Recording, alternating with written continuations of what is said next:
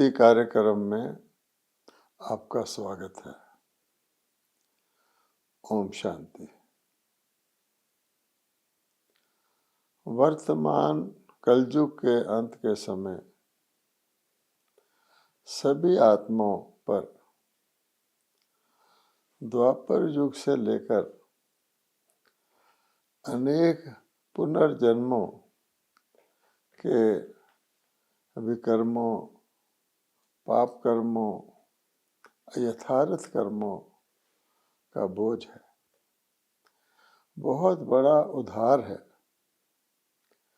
इसीलिए सभी आत्माएं, मनुष्य आत्माएं आज कंगाल और मोहताज महसूस करती हैं।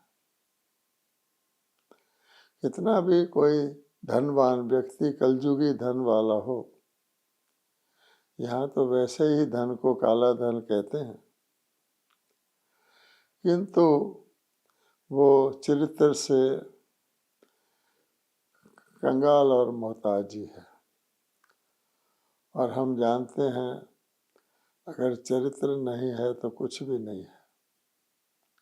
ऐसे समय पर परमपिता परमात्मा आकर जो ही सच्चे चरित्र के दाता हैं, धरती पर आकर भारत में भारतवासी आदि जो देवी देवता धर्म था, उनकी जो आत्माएं, सारी आत्माएं ने वह जो आत्माएं पुनर्जन्म लेते लेते लेते सतयुग में देवी देवता से लेकर, त्रेता में देवी देवता से लेकर, द्वापर में नीचे आकर आज इस स्थिति में आ गए हैं। उन आत्माओं को परमात्मा है, सर्वशक्तिवान है, देव पद के दाता हैं, तो आकर उन आत्माओं को पुनः ऐसे मोहताज कंगाल से, सदा दुखी अशांत रहने वालों से, अकाल मृत्यु को प्राप्त करने वालों से बदलकर उन्हें सतयुगी देवी देवता बना देती हैं, डबल ताजधारी बना देती हैं। उनके ऊपर हाईनेस का ताज और होलीनेस का ताज आ जाता है। सर्वश्रेष्ठ विश्व महाराजन, विश्व महारानी श्री लक्ष्मी श्री नारायण जैसा बना देती हैं। और इतना ही नहीं, बल्कि परमात्मा की जो शिक्षा है, जिसमें ईश्वरीय ज्ञान, सहज राजयोग की धारणा है और बहुत सारी बातें हैं, उसके आधार पर 21 जन्म के लिए, आने वाले 21 जन्म के लिए, वो भी नई दुनिया स्वर्ग में देवी देवता के रूप में 21 जन्म के लिए भगवान आत्माओं की ऐसी श्रेष्ठ प्रारब्ध बना देते हैं। सर्वगुण संपन्न, 16 कला संपूर्ण, धन धान्य संपन्न, सदा स्वस्थ, पूरी आयु वाले देवी देवता बना देते हैं। अगर उस संपत्ति को गिना जाए कि परमात्मा हमें कितनी संपत्ति प्रदान कर देते हैं, तो आम व्यक्ति आश्चर्य में आ जाता है। उसे एक कहानी की तरह समझता है कि हाँ, ऐसा हुआ था, परमपिता आए थे, भगवान आए थे भारत में, उसने देवी देवता बनाए थे, स्वर्ग बनाया था, जिसको हम वैकुंठ के नाम से, जन्नत के नाम से, बहिश्त के नाम से, पैराडाइज के नाम से याद करते हैं। और फिर 21 पीढ़ी तक वो राजधानियाँ, सतयुगी सूर्यवंशी राजघराना, फिर त्रेता में चंद्रवंशी राजघराना चले थे। एक कहानी के तौर पे परमात्मा के द्वारा बताई हुई इस सच्ची कथा को सुनते हैं, और जब परमात्मा कहते हैं तुम ही वो थे, तुमको ही मैं पुनः बनाने आया हूँ, तो जब परमात्मा ने ब्रह्मा बाबा को कहा तो ब्रह्मा बाबा तो वो सज्जू की वही सर्वश्रेष्ठ आत्मा थी जो पुनर्जन्म लेते लेते कलयुग में अंत में आकर साधारण बन गई। उनके शरीर के द्वारा ही परमात्मा अवतरित होकर ये ज्ञान के गुह्य रहस्य सुनाते हैं। उन्होंने और उनके कुछ साथ की आत्माओं ने, जिसको हम आदि रतन कहते हैं, जो विजय माला के रतन हैं, जिनकी माला आज तक लोग पूजते हैं विजयंती माला के रूप में, उनकी समझ में तो ये बात आ गई। वैसे भी ब्रह्मा बाबा कलयुग में भी हीरे जवाहरात के व्यापारी थे। वो हीरों का मूल्य जानते थे, हीरों की परख जानते थे हीरों की, और उनका तो संसारिक व्यापार भी हीरे जवाहरात का ही भारत के भिन्न भिन्न महाराजाओं के साथ चलता था। तो उन्होंने तो उन हीरे जवाहरात को पत्थर समझकर इन ज्ञान के हीरे मोतियों को समझ लिया। परंतु आम व्यक्ति के मन बुद्धि में ये बात आ जाए, क्योंकि एकदम कंगाल मोहताज से एकदम डबल सिरताज विश्व महाराजन धन धान्य संपन्न, हम जानते हैं कि लक्ष्मी जी को तो लोग धन की देवी के रूप में आज भी पूजते हैं, उनसे धन मांगते हैं। ऐसे चैतन्य रियल देवी देवताओं का राज्य भगवान ने रचा। अगर गिना जाए तो उसमें कितनी संपत्ति परमात्मा अवतरित होकर एक ही अंतिम पुरुषोत्तम संगम युग पर, जब वो हमें अपनी आध्यात्मिक संतान यानी स्पिरिचुअल अडॉप्टेड चिल्ड्रन बनाते हैं, उनको दी, तो फिर भगवान हमको उसे समझाते हैं। बहुत सहज बातों से समझाते हैं ताकि हर एक की समझ में ये बात आ जाए। परमात्मा क्या कहते हैं कि बस बिंदी लगाओ और तुम्हारी संपत्ति बढ़ेगी। बिंदी तो एक बच्चा भी लगा लेता है।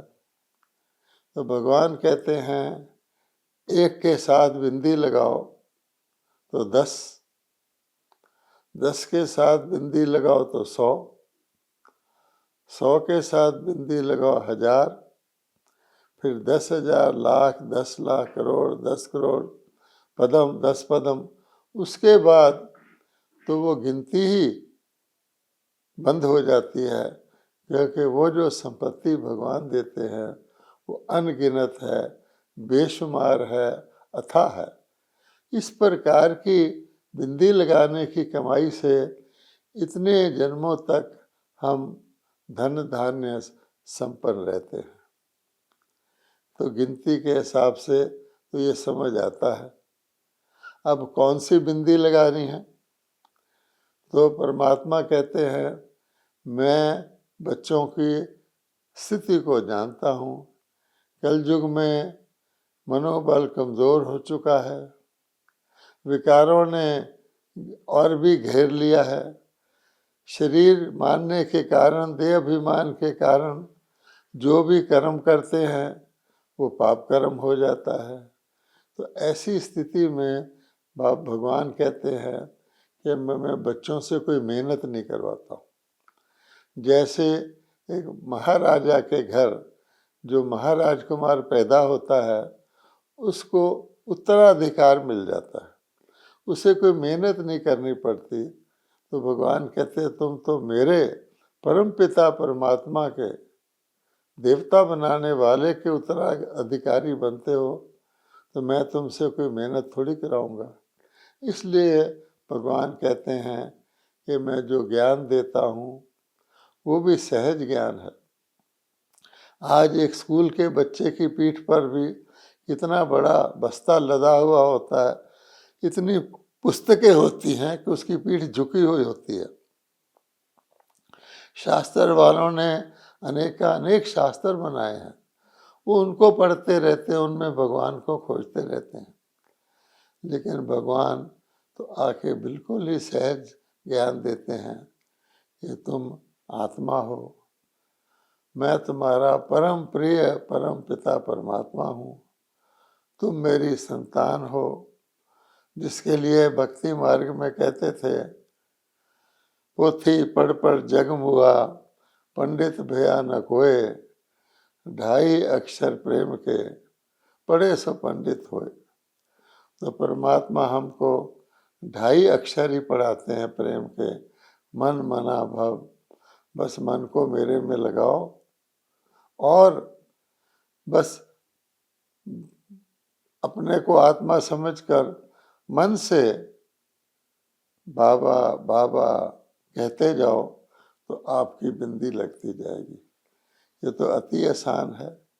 और फिर भगवान इशारा भी करते हैं कि देखो, जब तुम बाद में द्वापर युग में मेरी यादगार बनाते हो, शिव की प्रतिमा बनाते हो, उस पर भी एक रखते हो मटका, जिसमें बूंद बूंद शिव पर गिरती रहती है। अर्थात बूंद बूंद से ही दुनिया कहती तालाब भर जाता है। तो बाबा बाबा परमात्मा परमपिता ये कहते कहते इस गिनती से ही हमारी कमाई इतनी हो जाती है, जो हम सतयुग से लेकर त्रेता के अंत तक उस प्रारब्ध को बहुत अच्छी तरह से भोगते हैं, किसी चीज़ की कमी नहीं रहती। इसलिए लोग कहते हैं भारत भरपूर था, सोने की चिड़िया थी, हीरे जवाहरात के तो महल होते थे। इसलिए फिर हम आकर के सोमनाथ में उस परमात्मा शिव की याद में हीरे का मंदिर भी बनाते हैं, हीरे का शिवलिंग बनाते हैं। अब देखने की बात यह है कि हमारी समझ में तो आ जाता है। अब हर एक क्या सोचता है, जैसे किसी गरीब भिखारी कंगाल को थोड़े से पैसे भी मिल जाएं तो बहुत खुश हो जाता है, और अगर उसकी अपेक्षा से ज़्यादा 10 गुना मिल जाए तो अपने आप को धनवान समझने लग जाता है। तो जो आत्माएं द्वापर से लेकर भगवान से भी मांगती आई हैं, भगवान धन दे दो, भगवान संपत्ति दे दो, भगवान शक्ति दे दो, भगवान शांति दे दो, तो उनको सारे दिन में परमात्मा की ऑफर है कि बिंदी लगाते जाओ तो तुम्हारी संपत्ति बढ़ जाएगी। लेकिन अगर कोई भी परमात्मा की संतान ब्रह्मा कुमार और कुमारी सुबह से शाम तक एक दिन में भी अपनी संपत्ति गिने, तो कई तो ऐसे हैं जो परमात्मा की श्रीमत पर चलकर निरंतर मन से सदा याद रखते रहते हैं और उनकी बिंदियां लगती जाती हैं। और कई ऐसे हैं जो बीच बीच में स्मृति आती है, मैं आत्मा हूँ, तो बिंदियां लगाना शुरू कर देते हैं। स्मृति चली जाती है, अपने आप को शरीर मानने लग जाते हैं। जिस शरीर मानने का गलत अभ्यास द्वापर युग से 63 जन्मों से आत्मा के अंदर संस्कार रूप में चला गया है, तो उनकी बिंदियां फिर कम लगती हैं। भगवान कभी कभी कहते हैं अपने ज्ञान मुरली में, कई तो 10-12 बिंदियां लगाकर ही खुश हो जाते हैं कि हमारी इतनी कमाई हो गई, इस जन्म में देखो हम कितने सुखी हो गए, हमारे को कोई आर्थिक धन की प्रॉब्लम नहीं आती, हम ठीक हैं। लेकिन भगवान कहते हैं मैं तो तुम्हें भविष्य के लिए कमाई कराता हूँ। इस कलयुगी दुनिया में कुछ है भी, एक तो वो दुखदाई है और दूसरे भगवान कहते हैं नाटक का भी अंत होने वाला है। ये परमात्मा ने हमको त्रिकालदर्शी होने के कारण इन एडवांस सूचना दे दी है कि अब ये कलयुग की दुख की दुनिया का मैं विनाश करवाने वाला हूँ और आने वाली नई सतयुगी सुख की दुनिया, देवी देवताओं की दुनिया, सतयुग स्वर्ग की मैं स्थापना करवा रहा हूँ। तो जब ऐसी हालत है उसमें फिर भगवान कहते हैं कि बिंदियाँ जो लगातार श्रीमत के अनुसार लगाते हैं वो सतयुग में विश्व महाराजन, विश्व महारानी, श्री लक्ष्मी श्री नारायण जैसे देवी देवता बन जाते हैं। हाईएस्ट और होलीएस्ट पद जो सारे सृष्टि चक्र में किसी को मिलता है, उससे कम बिंदियां लगाने वाले जो हैं वो राजघराने में आ जाते हैं और उससे कम जो बिंदियां लगाते हैं वो धनवान प्रजा में आ जाते हैं और जो बहुत कम बिंदियां लगाते हैं वो साधारण प्रजा में आ जाते हैं।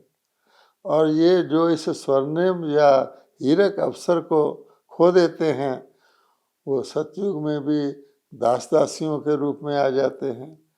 तो इसलिए यद्यपि यथा राजा रानी तथा प्रजा सभी सुखी होते हैं, ये सतयुग में तो सुख होता है। जैसे आज कलयुग में राजा प्रजा सभी दुखी हैं, परंतु पद में तो फर्क हो जाता है। इसलिए भगवान कहते हैं जब तुमको ये अवसर है तो क्यों नहीं पूरी बिंदियां लगाकर आप पूरा स्टेटस प्राप्त करते। अब इसमें हम जानते हैं कि आत्माओं के पिछले कर्मों का हिसाब किताब रास्ते में आता है, मार्ग में विघ्न रूप से आता है। आत्मा पूरी तरह योग लगा करके पावन नहीं बनती तो अपवित्रता के कारण उसको कई प्रकार की बाधाएं आती हैं, शारीरिक रोग आते हैं, परिवार में लड़ाई झगड़े के रूप में रोग आते हैं क्योंकि बाकी परिवार के सभी सदस्य तो हंस नहीं, होली हंस नहीं बनते हैं। प्रकृति के द्वारा भी कष्ट आते रहते हैं, सरकार के द्वारा भी कई प्रकार के बंधन और कई प्रकार की मजबूरियां आती रहती हैं, टैक्स आदि के रूप में, महंगाई के रूप में। तो उस मार्ग में जो आत्माएं हैं वो बिंदी लगाना भूल जाती हैं। तो भगवान कहते हैं तुम उड़ते पंछी बनो, तुम तो आत्मा हो। शारीरिक रूप में धरती पर रहोगे तो धरती पर तो ट्रैफिक बहुत होता है, आमने सामने से भी आता है, ट्रैफिक जैम हो जाते हैं। लेकिन उड़ती कला वाले को तो आकाश में पंछी उड़ता है तो बेहद का आकाश होता है, उससे भी ऊपर चले जाओ। भगवान ने हमको सारे मार्ग बताए हैं। इसमें एक बात और ज्यादा विचार करने की है और वो है जमा का खाता, पुण्य का खाता।